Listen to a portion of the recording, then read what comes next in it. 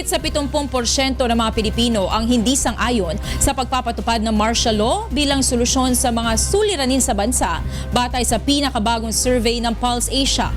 Ito ang balita ni Aga Kaakbay.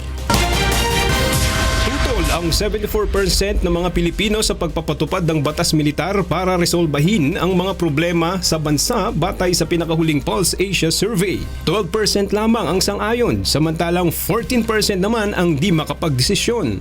1,200 na mga Pilipino ang kinapanayam ng Pulse Asia Survey mula December 6 hanggang 11, 2016. Nangingibabaw ang pagtutol sa batas militar sa lahat ng dako ng bansa. Gayon din sa lahat ng uri ng socio-economic classes, age groupings at gender.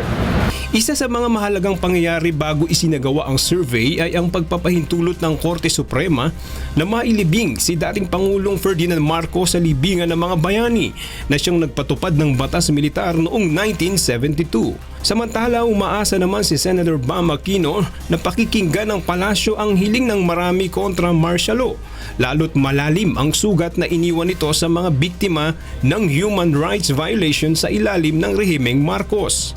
Naniniwala rin ang senador na nangangailangan ng bagong paraan upang maresolba ang problema ng bansa sa illegal drugs at terorismo. Clearly, kitang-kita naman 74% yung mayore ng taong bayan ayaw na ng martial rule at naghahanap ng mga bagong solusyon sa mga problema natin. Iginiit naman ni Presidential Spokesperson Ernesto Abella na matagal nang sinabi ni Pangulong Duterte na walang magandang maidudulot sa buhay ng mga Pilipino ang pagpapatupad ng martial law. Aga Kaakbay, UNTV News and Rescue, Quezon City.